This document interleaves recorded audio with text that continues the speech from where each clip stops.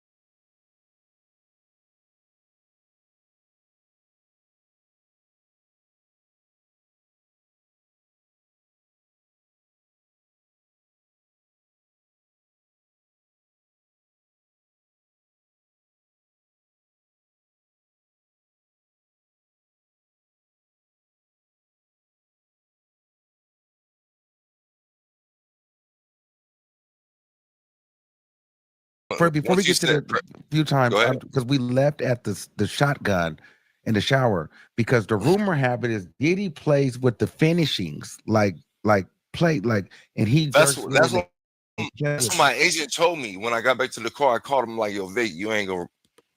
Yo, he like, "Yo, he a cuck." I'm like, "What's that?"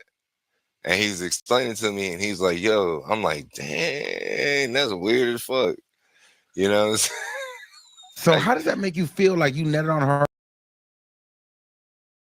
and then he went and like played with it, like rubbed it all over him. Because then she would take it and rub it all on him, and they would do a round. hey, that's just, I mean, whatever. That's a thing. They Wow. paid for it. Yeah. So through the 8 times, has he ever asked you to deliver on him? No, Okay. nah. But I have heard stories where like the guy that put me on, and I didn't believe him until it happened to me. He told me that he's actually stand there while Diddy was hitting it from the back and smack him on the hips like,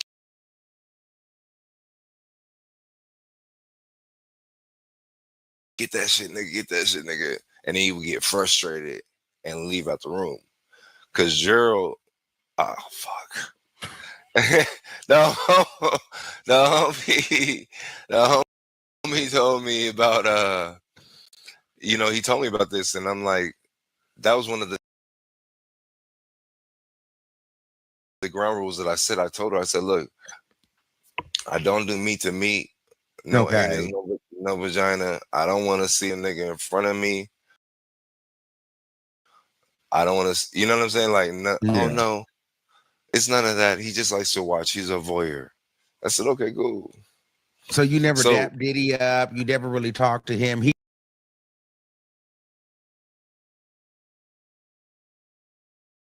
just told you your dick better stay hard. That was it. And he that threw was you the that was condom. that was in the beginning, the first like 4 times. That was the only thing that he ever said to me. Like, well, that Mhm. he said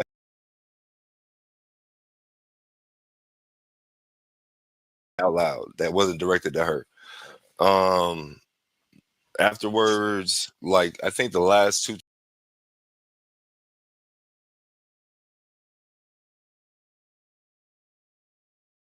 times, Did he start you could revealing his tell. face after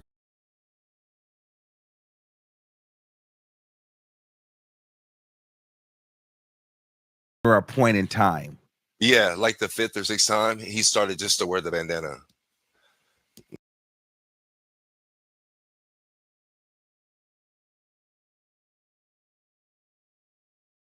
Like you could tell it was, you could tell it was Puff. Okay. And so did you guys ever run a train on her together? Nah, nah, I never did that. So you That's were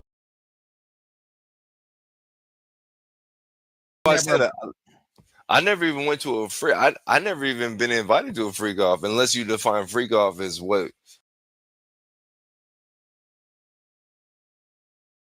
was taking place at the Beverly Hilton, the Mondrian, the Beverly Hills Hotel, all the venues. so you've been If to you all the consider, spots. pretty much, yep.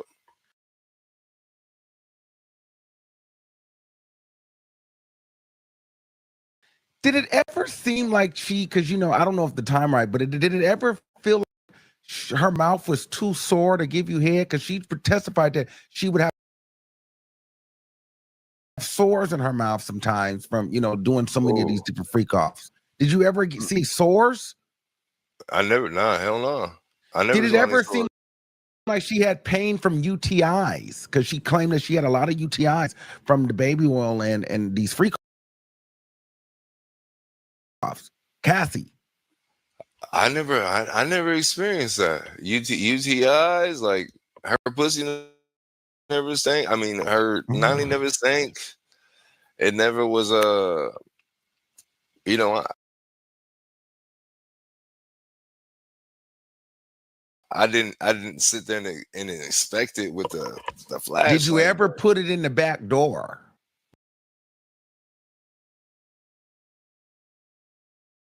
The one Oh that no, stink. oh nah, nah. Oh, okay. Did they not ever one. ask? Was it like, would you have if it was more money involved or? Nah, they see, here's the thing.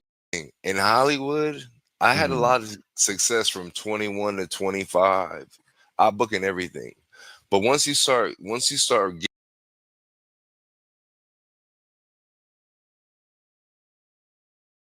getting a lot of different things, they want you to compromise, because if we're gonna put you in this position, you're gonna be exposed to a whole lot.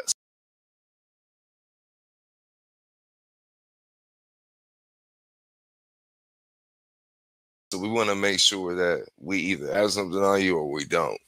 And me, Oh,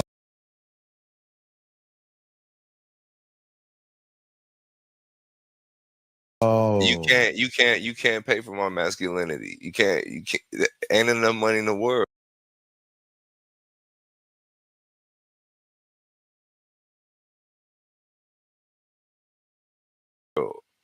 You know what I got mean? it. So I think they always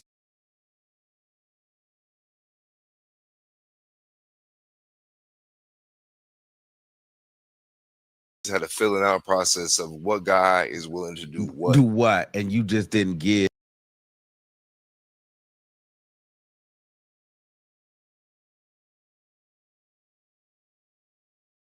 If I'm going to go the extra mile. Oh no. Oh no. Okay, and so one of the requirements was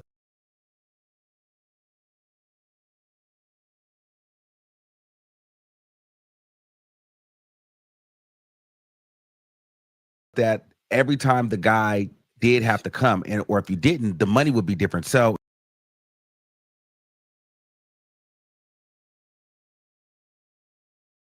they also talked about sometimes some men would get this amount, some men would get less, but even the same guy, his payments weren't the same. So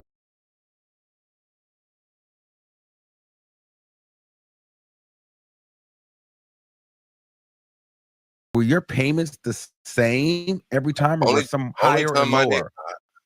I got 3,800 one time, and I figured that the nigga just didn't have the cash. Okay. And that was at the I don't know if that there's a hotel. I think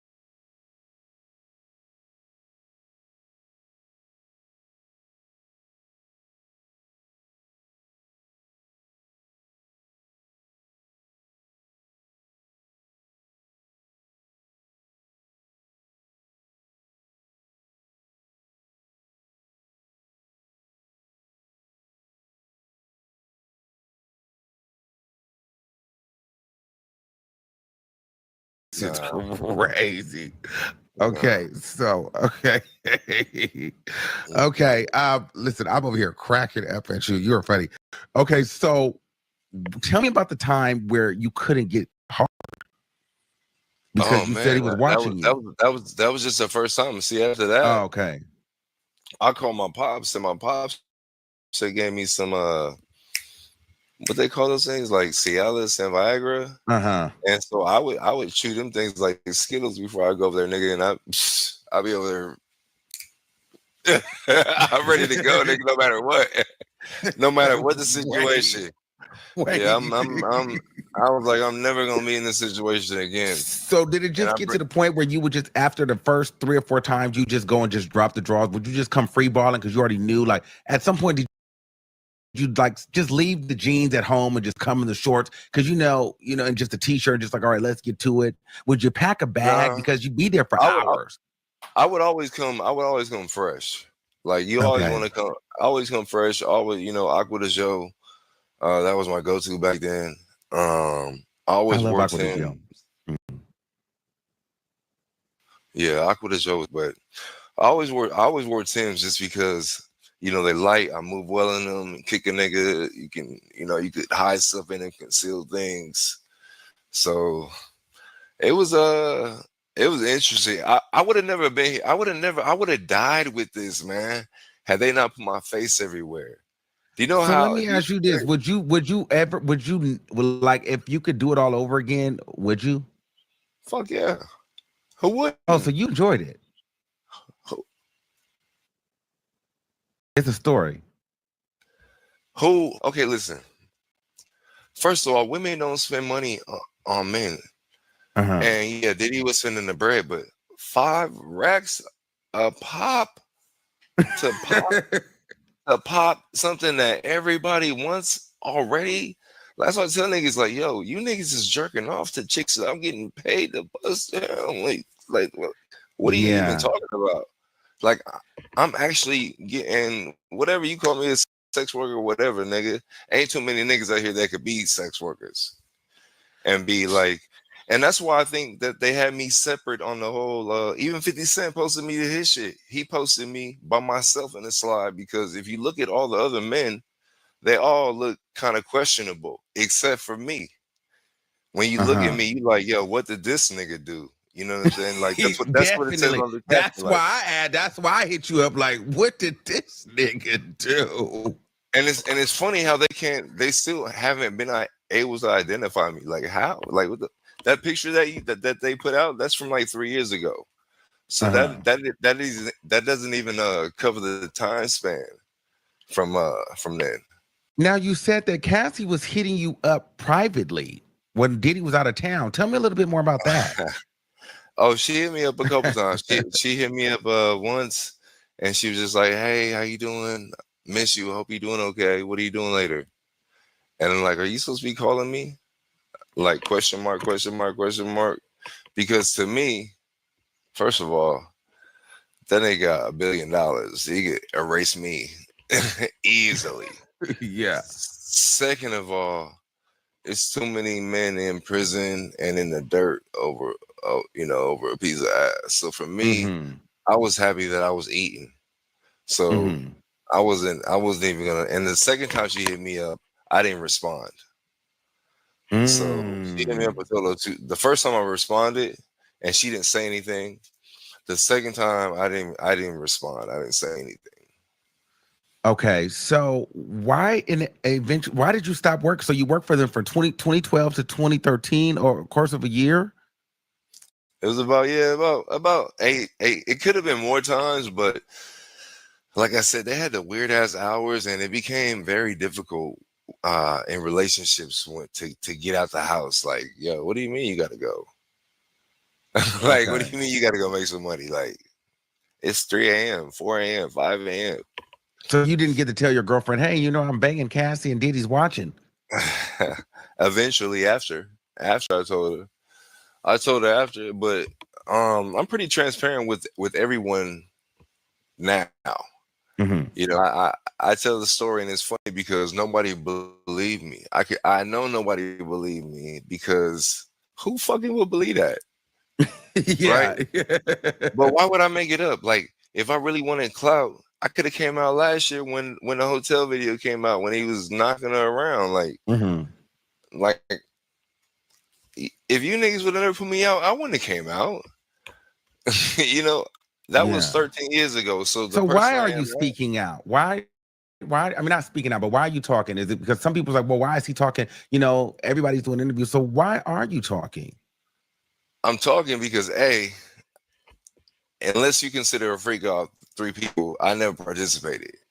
I never got no white party ticket, and I was never doped or forced to do anything. And like I said, to me, everything that happened between Cassie and I was consensual.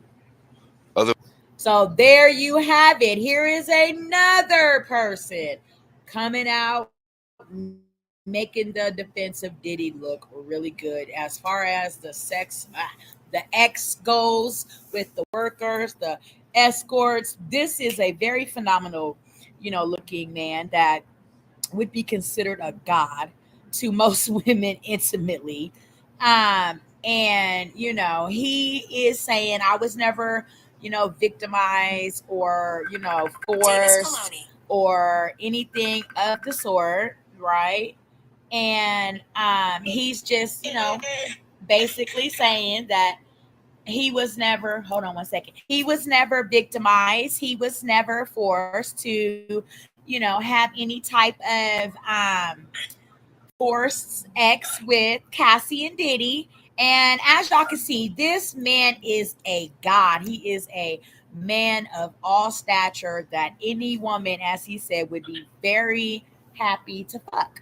So that's just what that was. And he's telling his story because he's like, Diddy's in the feds right now, being charged with all of these ex trafficking, RICO charges, so forth and so on. However, I am another person that could come out and testify to the fact that on my accounts of spending numerous times with Cassie and Diddy, these things never ever happen. So we're gonna get back into the tea, y'all, and finish listening to Inside the Freak Off Male Entertainer interviews with Armand Wiggins about the wild nights with Diddy and Cassie. Let's get it. Otherwise, okay, like I said, I wouldn't have been able to perform. I just that was the main thing. And then I got people from Connecticut all the way down to Florida hitting me up like, yo, son, I just saw you on TMZ. Like who are you, nigga? Like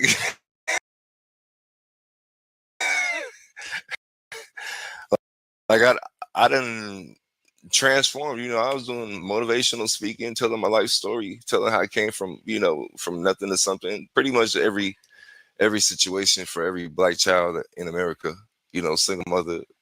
Yeah. Section 8. I didn't realize I was poor until I was in 6th grade. When I didn't have the cross colors. I had Miller's Outpost. I had Anchor Blue. So let me ask you this. So do you think that what Diddy has done is a crime, number one? And then two, when you were with them in their aura or their orbit, did you get any signs that he was abusing her? Because we see the footage, we know that he was, but did it ever give he was beating her around that time, even though she said he was?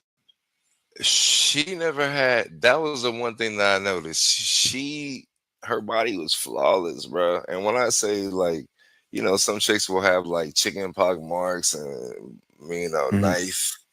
She was perfect. Well, she looked like a filter. Wow. And I remember she had a diamond pair that hung from her top of her belly button to the bottom. And it was probably about a carat and a half. And it was like the cherry on top, because she came out with the all white like swirly, halfway swirled around, and this part was all naked. And wow. I was like, bro, she used to have an outfit, so I ain't gonna lie. That nigga, he was spending some money on some fits, boy. He was. Hey, so did you ever hit it doggy style, or was it just always missionary? Would you ever hit her doggy? No, later on. The first time it was missionary. No, I didn't kiss. I don't kiss. Okay. Yeah, I don't kiss. No kissing. And you never ate her out. Oh fuck.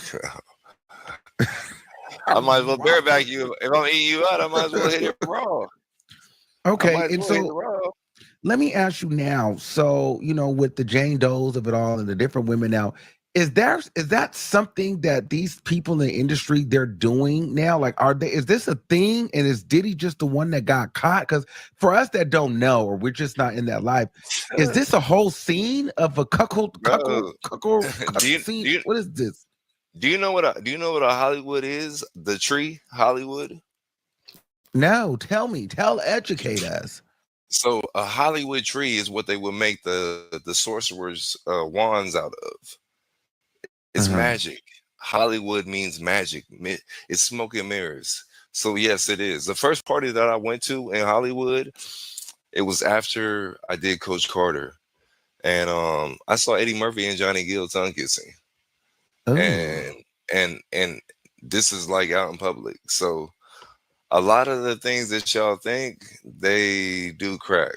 Like I'll be worth, like I said, 35 million, probably more than that if I was willing to compromise. But you know, I'd rather be broke, nigga. Fuck it. So is this the only freak off or celebrity woman that you've cracked with the man watching, or has it? We don't got to get into names. I've had okay, so I met a lady who's she's a black chick. She's a former dancer, but she married a guy who was very influential in the golf. So she would basically, I did her 45th birthday party. She took a liking to me, so she would show me off to all her friends because she did eyelashes for them. So she essentially would be like, they'll be like, damn, how much is that rodeo? Or so they just call you a piece of meat. Yeah. Do you ever just feel like a black dick? I have, yeah. You know what I'm saying? Like, how does that feel? You know what? It's like this. A lot of men go through life invisible. Yeah. Okay. So for me, you know, it's always good and bad in everything. Okay. You know, it's always good and bad. It can get me in trouble because, like most men, we're weak.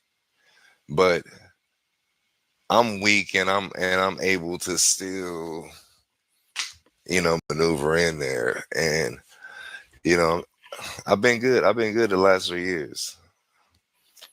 Been good. Okay, and so they talking about get back to Eddie and Johnny. When you saw Eddie and Johnny tongue kissing, was it like, what was that really quick? give us a, I was like you walked in? No, I was walking down the stairs because I was just checking out. It was in the Hollywood Hills. So I was walking down the stairs and they were kissing at the bottom of the banister. Like, I'm like, damn, the nutty professor really is nutty. like he really is. Like, and they were going at it. Like, go back. This nigga said he saw Eddie Murphy and Johnny Gill French kissing at a party. Damn, how much is that rodeo? So they just call you a piece of meat. Yeah. Do you ever just feel like a black really going crazy? Hollywood white men go bananas, huh? Yeah, they go. How much for the BBC? Oh, no. So my thing is, so are you stripping now? Are you still entertaining? Is that over? The last thing that the thing that I still do is I'll still do paint parties to where like you just take your shirt off. It'll be like a group of 20 women where they'll be sipping paint, they'll be sipping wine, and they'll paint you, and you just interact with them. But we don't get the bottom half. Just like I don't do that no more. Okay, because I noticed you have a ring on your finger. So does that mean you're married now? Nah, that doesn't mean that I'm married. I actually just got an annulment. Forced her into an annulment. She was a liar. She filed a restraining order on me, and she didn't show up to court the last 2 days. She was scared. Okay, but I wear this because I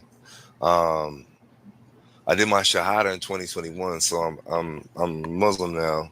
Okay, and it just reminds me that I have someone who's holding me down, who's really been there through a lot, and so I always, make sure that I remember that. So I'm not married technically. I go past the part. Mentally, I am. Okay, but you are spoken for right now. Right. Yeah. And so, what is that like? Do you know? I mean, how is that? Especially now with the new surgence of you and people want to talk and how are having to hear these stories, and this is kind of like, it's a new fame now for you. Like, are you going to write a book? How's she dealing with this, and how does that work? She, what's so crazy is that people want to hear. My mother died Oh my God. The Sorry to day hear before that. my birthday last year. The date, Oh like wow. on April 8th, she died April 7th. Okay. And I haven't cried. I didn't cry until I was able to get representation because they killed her. She died of sepsis, but they told me it was heart failure. I had to pay AJs for autopsy to figure all this stuff out.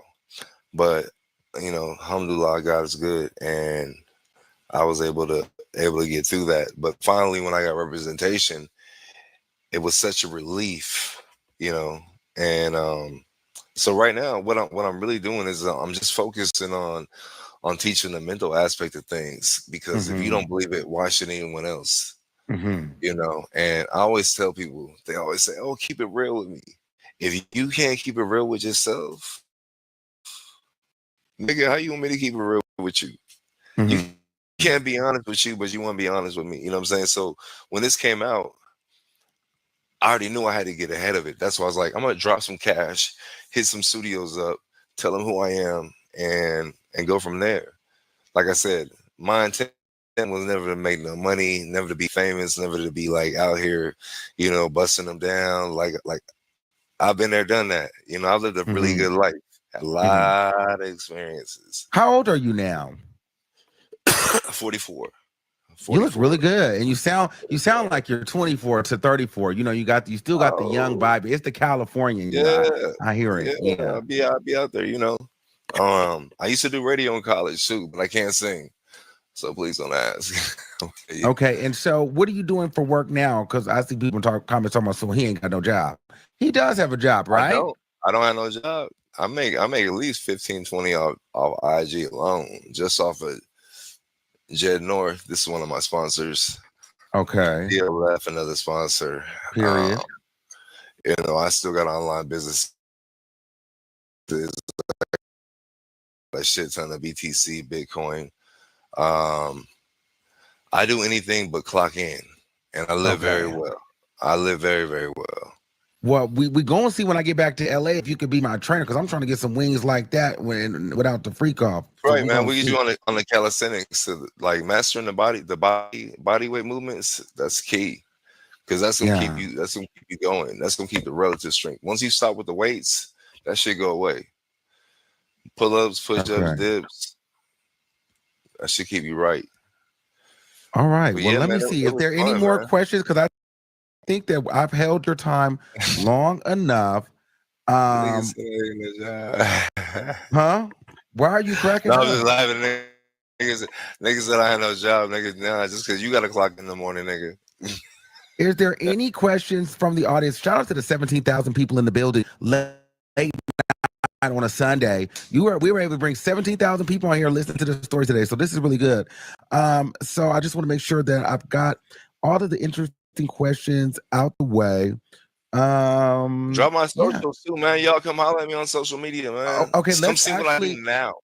I'm about to actually promote your thing right now. Hold on, let me go to your Instagram. Let me go to your Instagram real quick, so I can post it, because they're gonna follow you for sure. Because they're gonna be like, man. Oh, that's why your stuff is glitchy, because you're live on Instagram, probably. Oh, let me turn it off.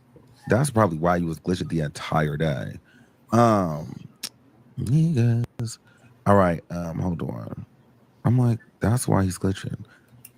We have been listening to Flash do an interview with our mom Wiggins girl inside the Freak Offs. Male entertainer, y'all are talking teas with Tanisha Talks Teas, y'all. We are live on YouTube. Hey, YouTube, Facebook, Twitch. What's up, Twitchers? And the motherfucking kickers. Y'all, we are so that's all about, his experience with Cassie and Diddy, and it was nothing like what they're trying to charge him with in this Rico, y'all. So I mean, y'all sip y'all on tea. So far, I think that nigga's in the wrong courtroom. We finna wrap up this interview. And I'm gonna wrap up this day of Diddy shit, y'all. I might be back tomorrow. I might not on Diddy shit. But just pray that we all be back tomorrow. Okay, let's wrap this up.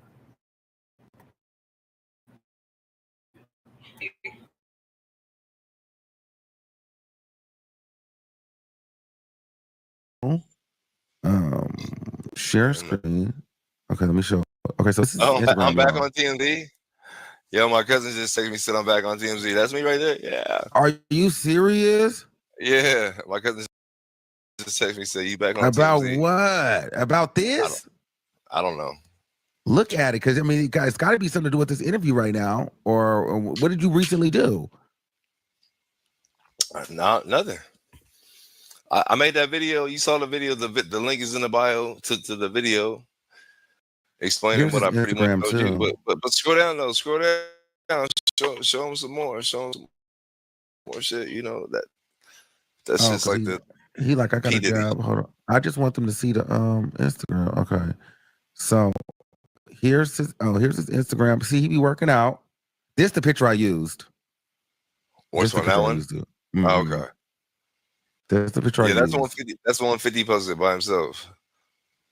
This is his Instagram, y'all. So y'all can go find him on here. So he's like a gym guy. So this is why I'm like, he needs to be a trainer. Because I need this. So this is his page. So make sure you guys find it. I'm trying to post it here. So it's _flash. Okay. So you guys can go follow him and subscribe to his YouTube channel. And also, if you're in the LA, I don't know if he travels or anything, but I don't know if you're taking new clients. I'm everywhere. We got 38 passport stamps, man. 38. I've been everywhere. Good time. Seemed like he had a good time. You guys. And that was our interview review of Armand with the Fit Flash, the guy that was doing his kingly nice with Cassie and Diddy about 13 years ago. Y'all, he looked good. And he is still keeping on, telling his story about how his experience with Cassie and Diddy wasn't nothing like what, they're trying to paint Diddy to be this ex-trafficking monster that was forcing people to do drugs, keeping them, against their will and forcing them to have all types of IVs so they can get back up and hopefully keep on keeping on with the freak offs. Y'all drop your teacups down in the chat. Y'all let me know what y'all think of Mr. Fit Flash. I'll get y'all ass over there to his Instagram page and show him some love. Also go over there to Armand Wiggins and subscribe. And most importantly, subscribe and like this motherfucking channel. Y'all just sip this tea from. I know it ain't gonna get monetized, but not for nothing. Today we reached over 200,000 views. 200,000, y'all. We had 200,000 views on motherfucking YouTube, bitch. Okay, in a month and a half. Tell me back on YouTube, a month and a motherfucking half. A month and a half. Oh. Okay, we had 200,000 views. So we're doing wonderful. We're going to keep up the momentum. We're going to pray to God for strength, love, and encouragement. And always remember, Tanisha talks teas to elevate and motherfucking soar. I'm going to see y'all sippers to motherfucking tomorrow or something. Just make sure you turn on your notifications so y'all know when I'm live and y'all can sip some motherfucking tea. Bye.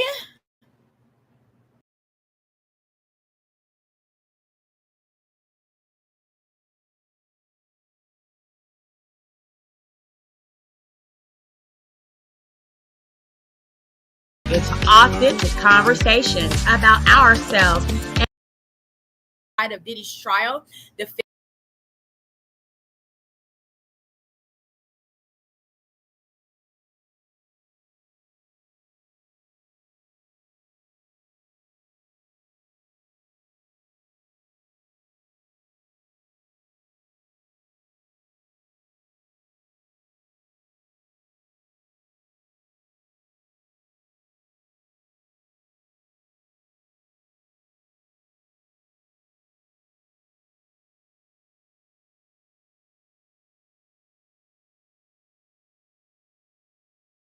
inside for Diddy's trial, maybe this coming week. So let's jump right on into it and see what the current tea is to sip on Diddy. Let me share my screen with you guys and sip this tea. Remember to like and subscribe when you come in and get your teacup filled up. Okay.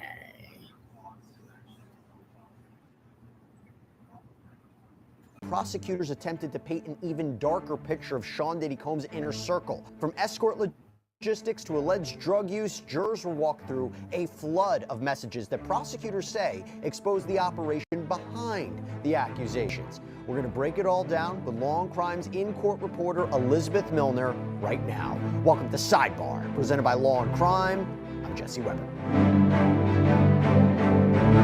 Hey everybody, this is another Law and Crime legal alert. So recent allegations against the multi-billion-dollar video game industry claim that video games along the lines of, oh, the traffic from New Jersey is crazy, or, oh, I just had to travel all the way down from New Jersey, which kind of signaled to other staffers, okay, what's going on? To talk about this drama with a juror number 6, dismissed. What happened? Yeah, so it didn't necessarily come as a surprise that this particular juror, that being juror number 6, was dismissed. I think the judge was kind of signaling that this that this specific juror was going to be dismissed, kind of hinting about this on Friday. But then he took into consideration what the defense had to say, as they made really an impassioned speech about why this particular juror should stay. But as far as what the judge said this morning, but according to some of the text messages that we saw presented by the government, it seems like everyone was kind of in the know about what these particular hotel nights, one, entailed, but also what they required too. And so you see a message from Dave Shirley that's saying, okay, is an Uber taking them still? Said that the government prepared the charts, but then Sankar's role was just reviewing these. Now they just will become a part of the actual deliberation process. Okay, I had to get Elizabeth, real quick, was there some issue with another juror too, but we don't have a lot of information about what's going on with that?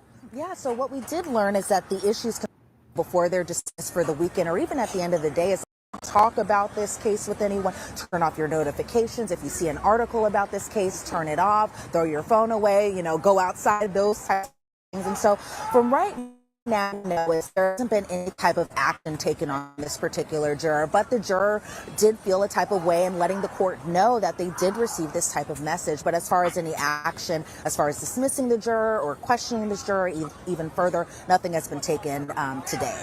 And I'll tell you, when we do the lunchtime show on Law and Crime's YouTube channel, I can't tell you how many questions we get was it a mistake to not sequester this jury? How can we ensure they don't follow anything about the case? I mean, at the end of the day, they should not know who you are, Elizabeth. The person who's the face of Law and Crime's coverage of this, they should not know who you are. They should not know who I am. And if they do, it's a problem. Okay. So we move past the juror issue. Now we go into summary witnesses. Summary witness is very interesting in a case like this. Basically, when you have a voluminous amount of material, particularly digital evidence, you need sometimes a witness to kind of condense it, to kind of do an overview, to summarize what it's about. You have charts that are presented by the government. So obviously in a racketeering case like this, and particularly when you have so many different players and all of these underlying allegations, I'm not surprised. I want to talk about the first witness, this first summary witness. It was a paralegal, and her name is, and correct me if I mispronounce it, Anya Sanker. What was her role?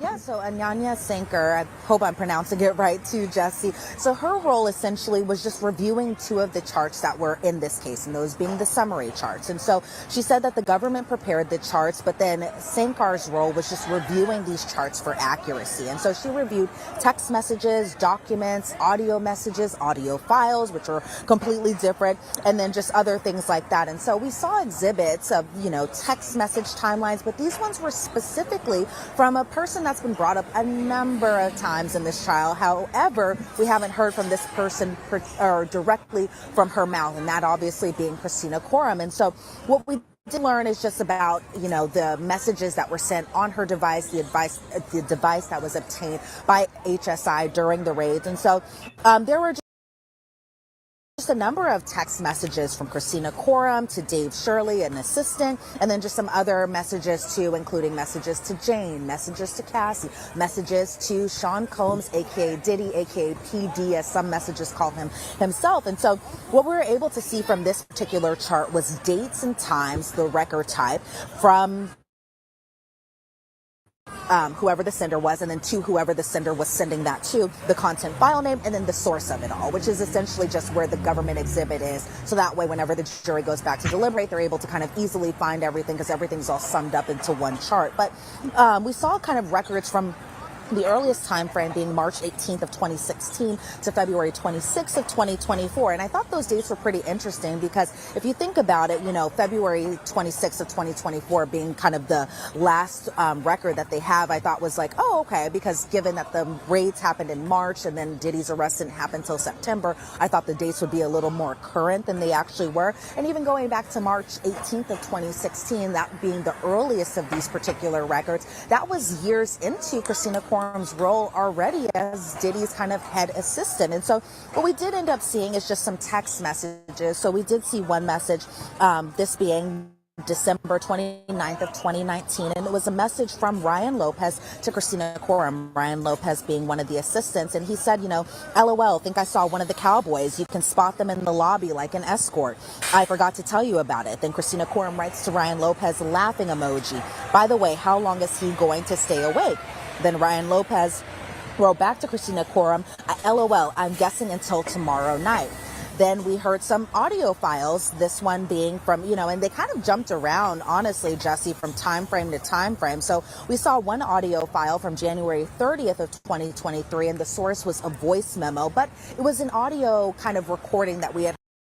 And that was the recording from Christina Quorum talking to Jonathan Perez, one of the assistants, just about that sexually explicit video that was found on the staff iPad, where Christina Quorum kind of pulls him to the side and is like, I need to tell you, or I need you to tell me step by step and don't miss a beat, just as far as how everyone found this particular video. So it was something that we've heard before. And even some of these text messages that we saw in this particular exhibit were texts that we've seen before, which means the jury has seen it before too.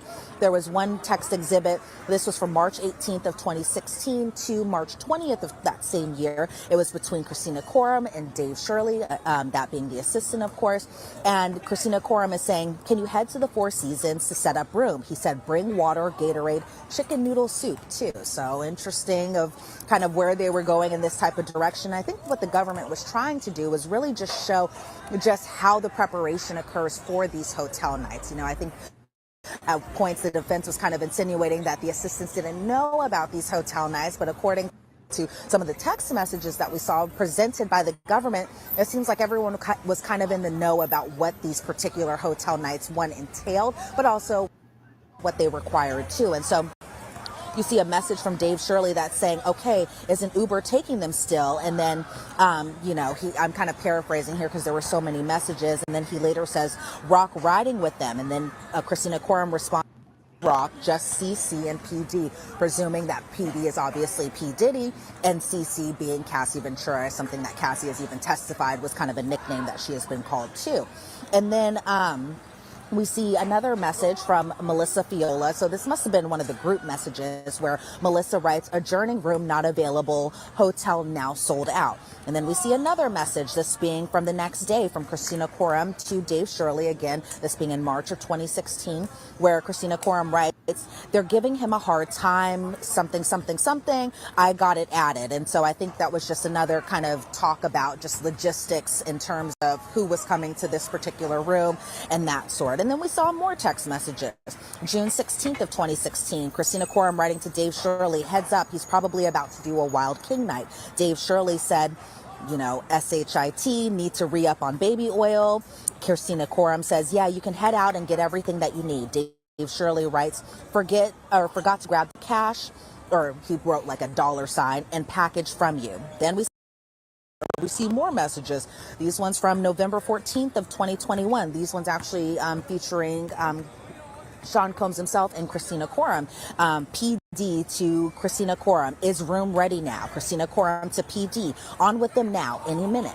We see another text message from Christina Quorum to PD, that being hotel called, Paul coming up. And we presume, you know, given the time frame, that Paul might have been the entertainer that Jane was specifically talking about during her testimony. And so it really was just kind of a lot of text exhibits that were shown from all different time frames and time ranges, including from when Cassie was in a relationship with Sean Combs, also to when Jane was in a relationship with Sean Combs too. And then just seeing just all the different kind of complexities, I guess may be the right word to say, as just far as who was involved in what assistance and how Christina Quorum would kind of go about writing these messages to make sure that the hotel room was set up for these hotel nights or Wild King nights, or what we all call them to be freak offs too.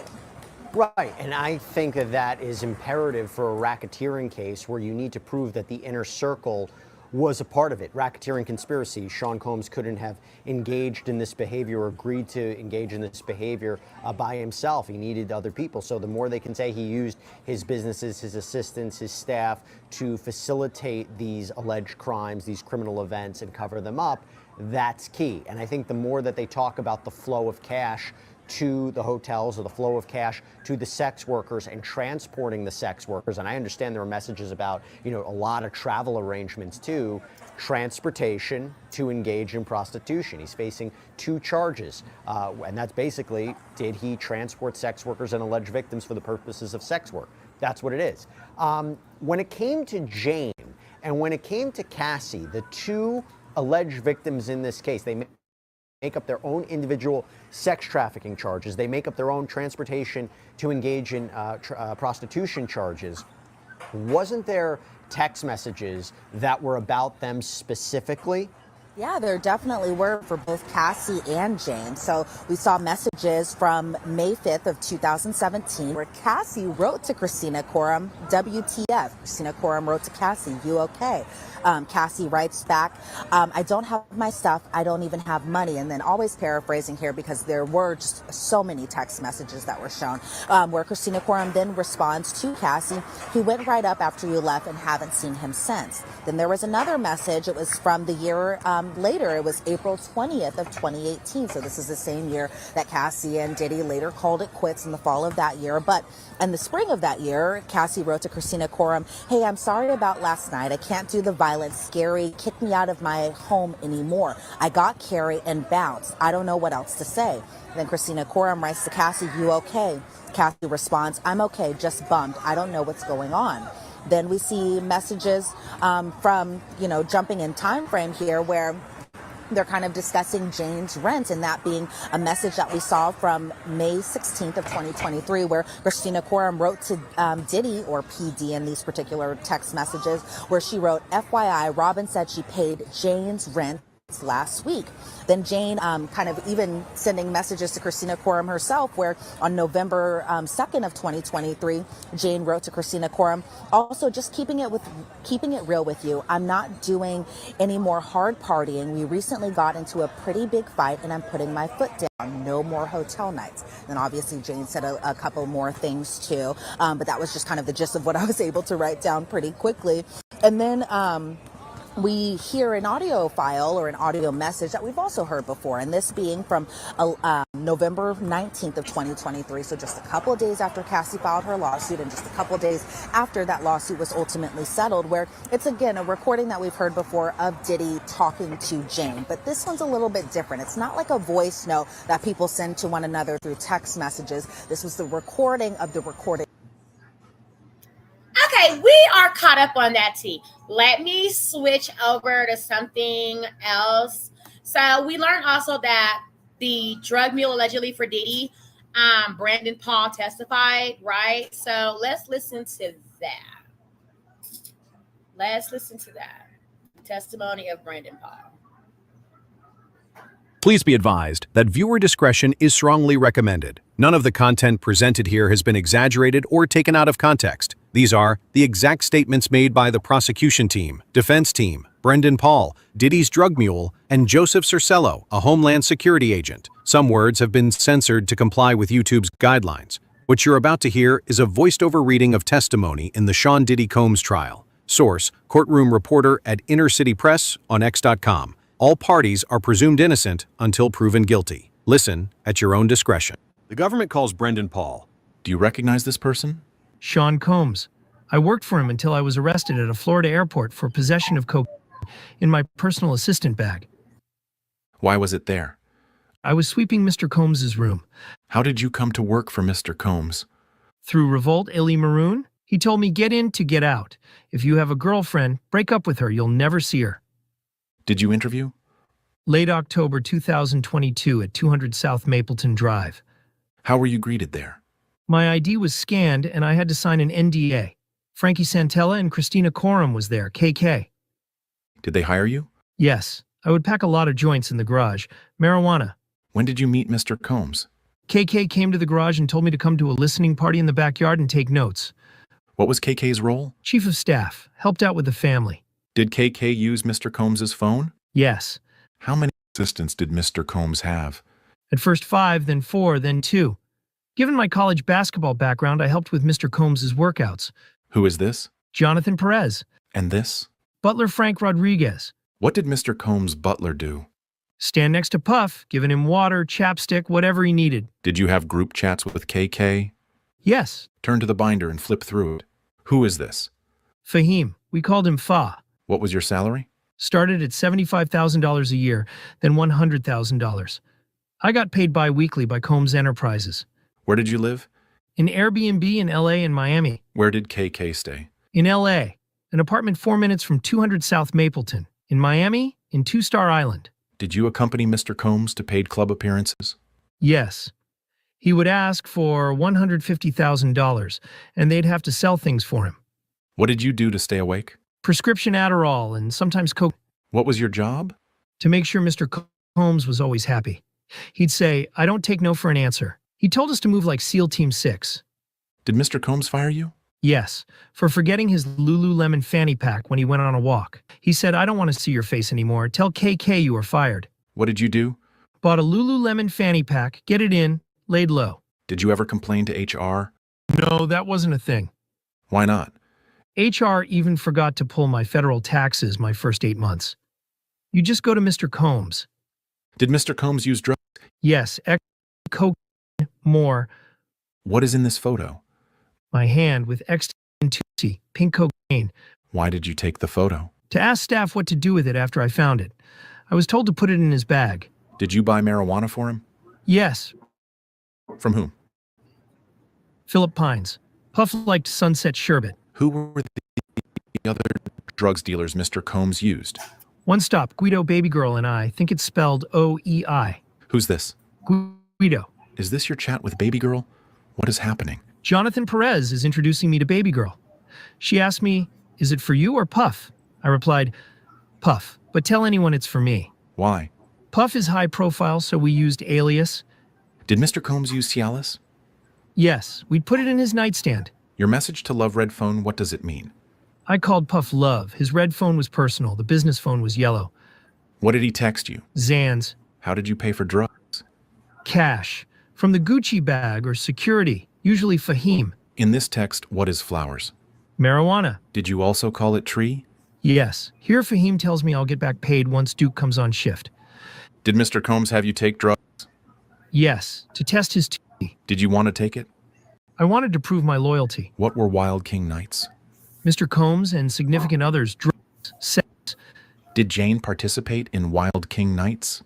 Yes. Did Mr. Combs' other girlfriends participate in Wild King nights? Not that I'm aware of. Who called them Wild King nights? KK, I just say, he's going to hotels. Did Mr. Combs stop using hotels and move them to the residences? Bias after the Cassie lawsuit. What did you do? Clean up after. What does this say? That Jane coming in, Brendan is setting it up, Wild King night probable. Where did you make the reservation? Nobu. Where was this Wild King night? Jane's residence. I wrote running to Walmart for them. KK asks, Wild King mode active or Gucci bag active? What did you say? Between the two. How did you know what to buy for Mr. Combs' Wild King night? We had a shared document in the Notes app. Who was responsible for the Astroglide? The property manager. I didn't think the 200 South Mapleton manager was good. So, photo. I took the photo to show the manager how to lay out the Astroglide in her bathroom. How'd you put in for the cash? Robin at TriStar. Did Mr. Combs contact you from Wild King Nights? Yes, by voice notes or FaceTime. He called me to go get a sex outfit, but he never called me back. How did you clean up after? I wore gloves. Why? Sanitary reasons? Is this a photo of the day of your arrest? Yes, March 25th, 2024. Rented jet. The cocaine you were arrested with, was it Mr. Combs? At that point, the defense objected and the judge sustained it. Was it yours? No, it wasn't. What is Mr. Combs? At that point, the defense objected, but the judge overruled it. Mr. Combs. What did you do after arrest? A diversion program, drug treatment. No further questions? At that that point, the judge called for cross-examination. You walked up to play basketball at Syracuse for an iconic coach? Yes. You played UNC, but COVID ended it? Yes. You weren't just a drug mule, were you? At that point, the prosecution objected, but the judge overruled it. I was not just that. It was a minor part of what you did? Absolutely. Personal use? At that point, the judge instructed the attorney to rephrase the question. The hotel nights were personal? At that point, the prosecution objected, and the judge asked for the question to be rephrased. It was Mr. Combs and Jane. Relaxation. Personal. Right. From your observation? Yes. Did you see Jane as hesitant? I did not. If you saw non-consensual activity, you would not have worked there, right? At that point, the prosecution objected, and the judge sustained it. You would not work for a criminal, would you? No, I would not. You care about your reputation?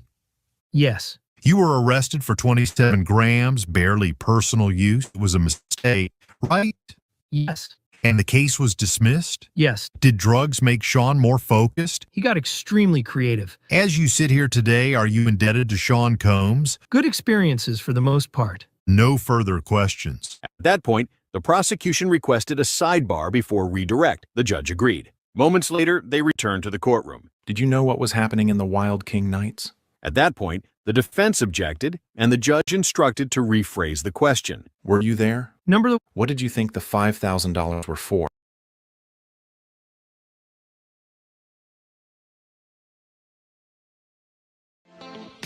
Thanks for watching. Remember to show your support by liking, subscribing, and sharing. It's a blessing. Keep your teacups filled and ready for my next upload.